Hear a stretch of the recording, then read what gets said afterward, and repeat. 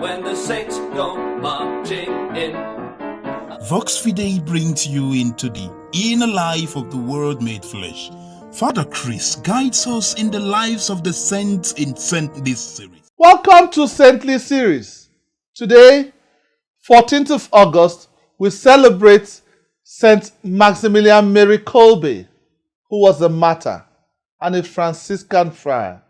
On the 8th of January 1894, in the then Kingdom of Poland, part of the Russian Empire, Saint Maximillian Mary Kolbe was born with the baptism name Raymond. His life was highly influenced by his parents, who laid for him a solid Christian background. At the age of 12, Maximilian had a vision where the Blessed Virgin Mary appeared to him. After he had asked her in prayers what was going to become of him, that night she came to him holding two crowns.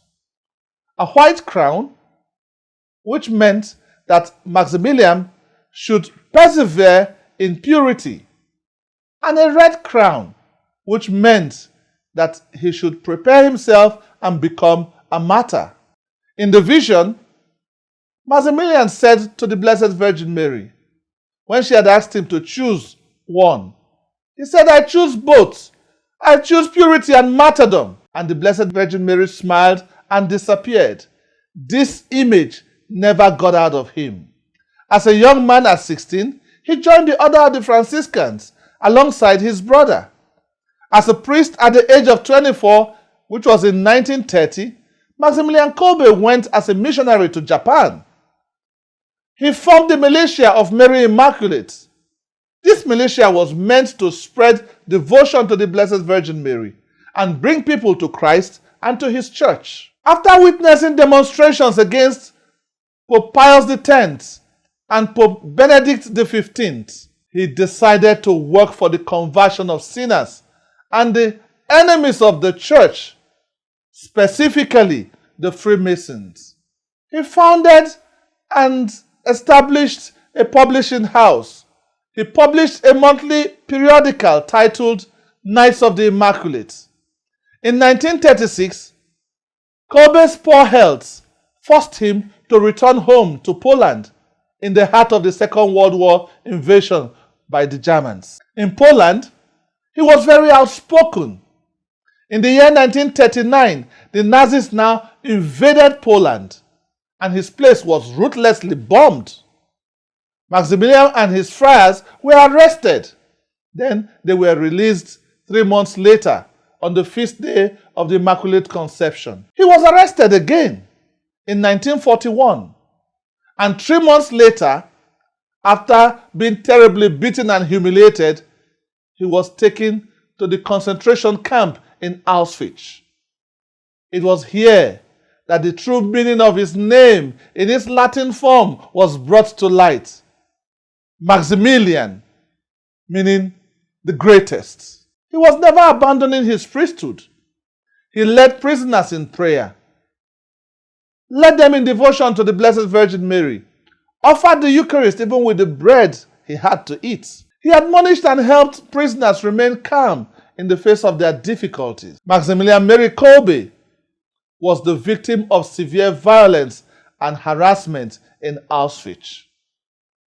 Towards the end of his second month in Auschwitz, precisely on the 24th of July, during the morning head count of prisoners, it was discovered that a prisoner had escaped.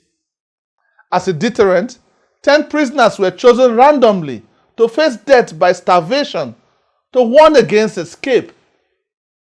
You can imagine how such moments brought death even before actual death to these prisoners.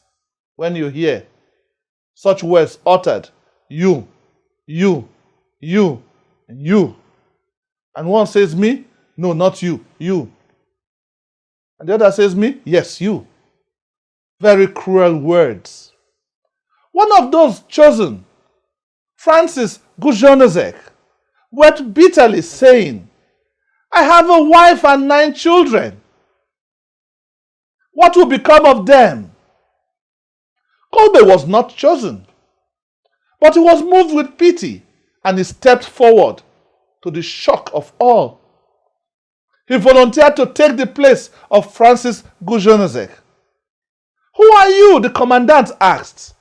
Kolbe replied, "I am a Catholic priest from Poland." Seeing him still alive with 3 others, and there was need for their cell in order to accommodate the next batch of condemned prisoners, the soldiers injected him with a poisonous injection of carbonic acid. He died on the 14th of August, the eve of the solemnity of the Assumption of the Blessed Virgin Mary. This was in that same year, 1941. And his remains were said to be in a state of illumination in the dark cell of Auschwitz before being cremated the next day, Assumption Day. The Christian faith is not about safety, but about risk. It is meant to take us out into the world, to push us into the darkness of the world, that we may brighten it, to demonstrate and lead the way for those who do not know the way to their Father's house. Maximillian Mary Kolbe was canonized on the 10th of October, 1982 by Pope John Paul II. Guess who and who were there at his canonization? First amongst them was Francis Gujonezek and some of his fellow prisoners. There they were, wearing the same prison uniform they were wearing in Auschwitz. He is the patron saint of radio operators, of drug addicts, of political prisoners, of families, of journalists, of prisoners of war, and of pro-life movement. The color of the day is red. What we offer the saints is veneration. God bless you. I am Father Chris, Vox Fidei. Oh, when the saints go marching in. Oh, when the saints go marching in. Vox Fidei, God is in charge.